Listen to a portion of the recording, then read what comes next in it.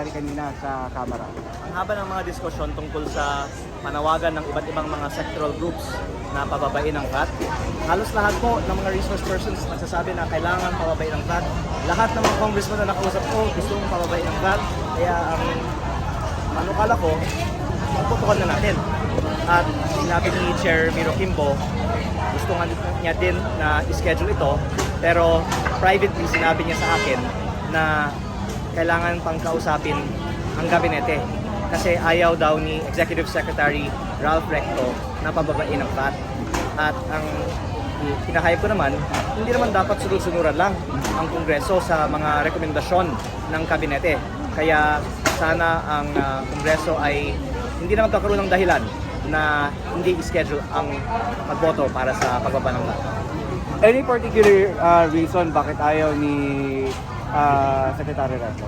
Dahil masyadong malaki daw ang mababawas na buwis na kinokolekta ng ating gobyerno. And in fact, kinalulungkot ko na kahit yung suspension ng excise tax sa diesel ay hindi inaaprubahan. At ang inaprubahan lang kanina ang suspension ng excise tax sa kerosene at LPG. At tila gustong-gusto ng ating gobyerno ng buwis. At yung kinokolekta daw ay gagamitin naman para sa ayuda. Pero tinanong ko yung mga presidente ng mga Tricycle Drivers Association sa Kongreso, lahat sila gustong bawasan na lang ang buwis kaysa pumila pa sila para sa mga ayuda na hindi naman lahat nabibigyan. Kaya parang ang legacy siguro ng ating administrasyon ngayon ay ayuda.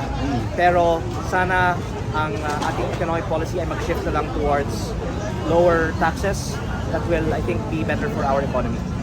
Sapat po ba sa tingin niyo ang ayuda para sa mga mamamayang Pilipino given that we are in this kind of crisis? Definitely not.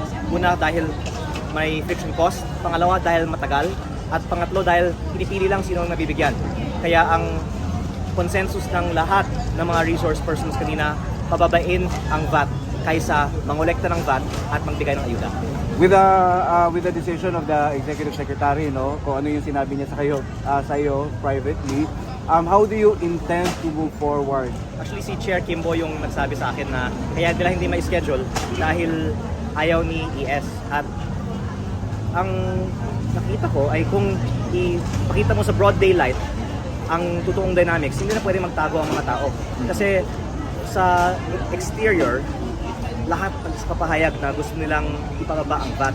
Pero behind closed doors, may mga ibang usapan.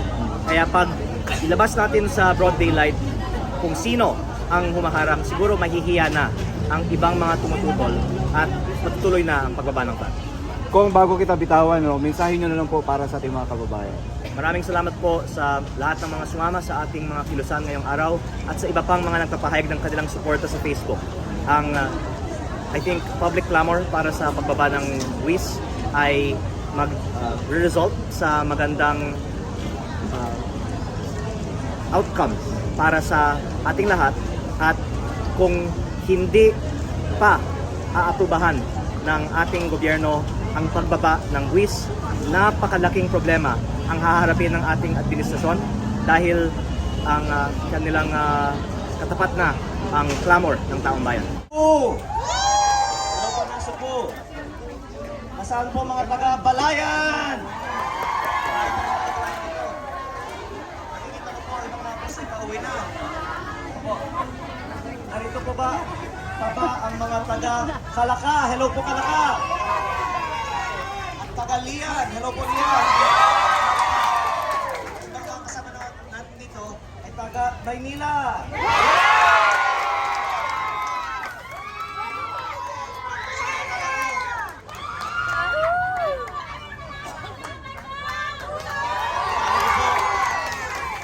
Wala na po akong nakakabutan dito dahil hindi na pa ako sana nakadating dito, pero sumaba ang mga diskusyon sa Kongreso.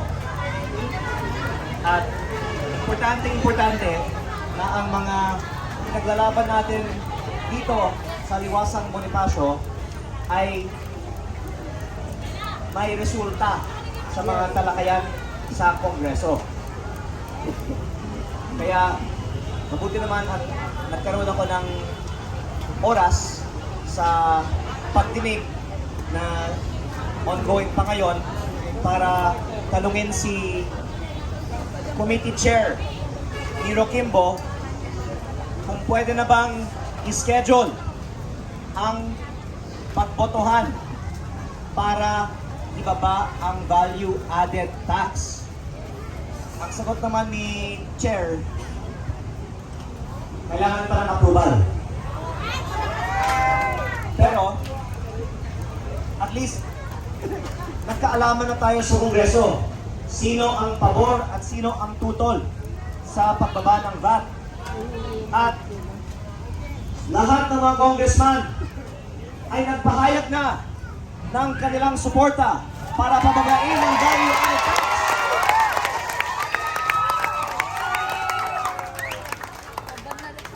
Masaya na kayo. Kala nyo, bababa na. Kaso, nagpadala naman ng sulat ang kabinete na hindi kaya ibaba ang VAT dahil masyadong malaki ang mababawas na fees ng gobyerno. Pero ayon naman sa saligang batas, hiwalay ang Kongreso sa Ehekutibo. Ama!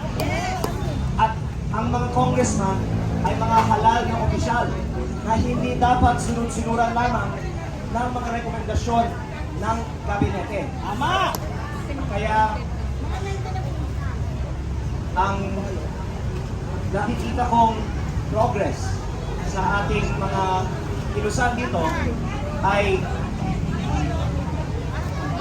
tatakda na ng Kongreso sa mga susunod na mga linggo ang botohan para ibaba ang value added tax kahit ayaw ng kabinete.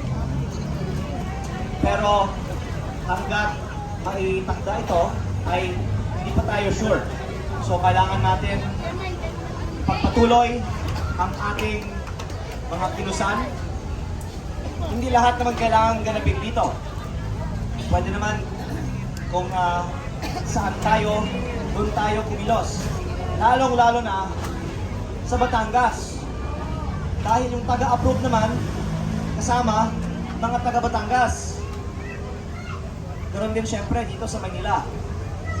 Kaya napakalaki ang naitulong ng ating pagdalo sa Kongreso kaninang umaga. Ang buong bansa ay makikinabang sa sakripisyo at syaga ng mga narito ngayon at kanina. At kung ipagpatuloy natin ito ng ilang linggo pa, ako po ay naniniwala na aaprubahan ng ating gobyerno ang pagbaba ng value added tax at ang iba pang mga buwis para pababain ang presyo ng langis. Pero kung biglang titigil tayo, baka malilimutan nila ulit ito. Kaya ako po ay may tanong sa inyo. Payag ba kayo kung tuloy-tuloy pa tayong manawagan na ibaba ang value added tax at ang presyo ng langis?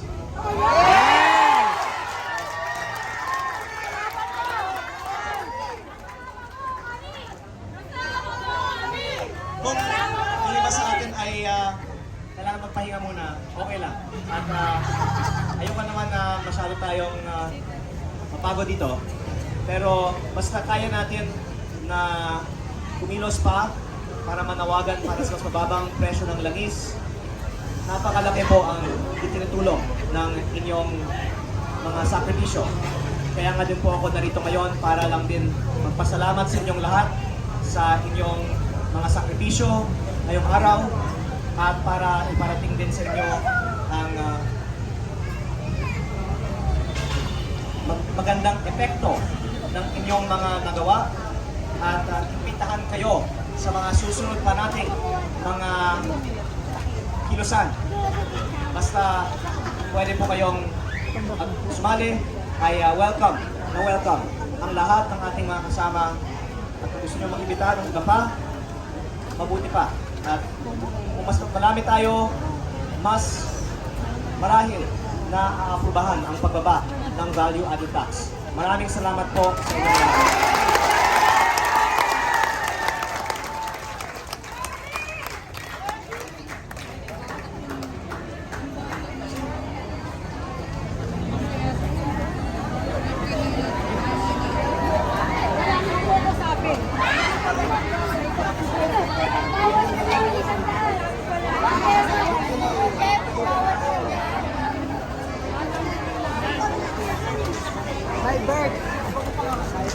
Tara, sunod tayo. Sa kanyang business na solar energy.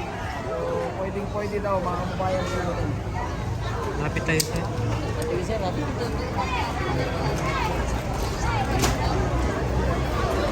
So dito naman sa likod ay ang kanyang pinuntahan mga kababayan. No? So ganoon siya dito sa kanyang mga constituents. Talagang kinukumusta niya.